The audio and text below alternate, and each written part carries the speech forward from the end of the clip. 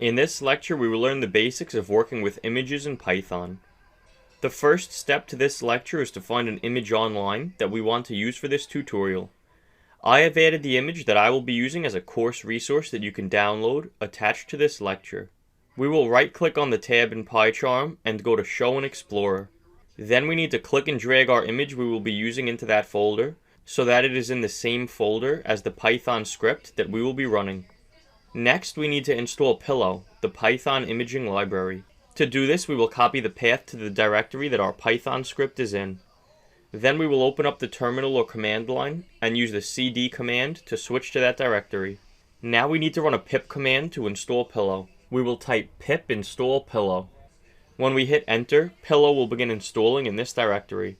Before we can proceed further with this lecture, we need to wait until this process finishes.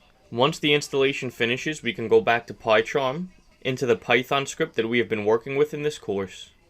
Up at the top of the code, we will type from PIL import image. Then we will create a variable named image and set it equal to image.open. The open function accepts a string with the name of our image file as an argument. The image I am using is named sampleimage.png. Finally, we want to show the image. To do this, we call the show function on the image. When we run the code, you will notice that the image was opened in whatever program you have set on your computer to open images by default. For me, that is Windows Photo Viewer. To change the program that is launched, we can open up the image in the File Explorer, right-click on it, and go to Open With, and then select Choose Default Program. Then we will be able to select the default program that the file will be opened with when we run the code. In the next lecture, we will learn about the Python imaging library.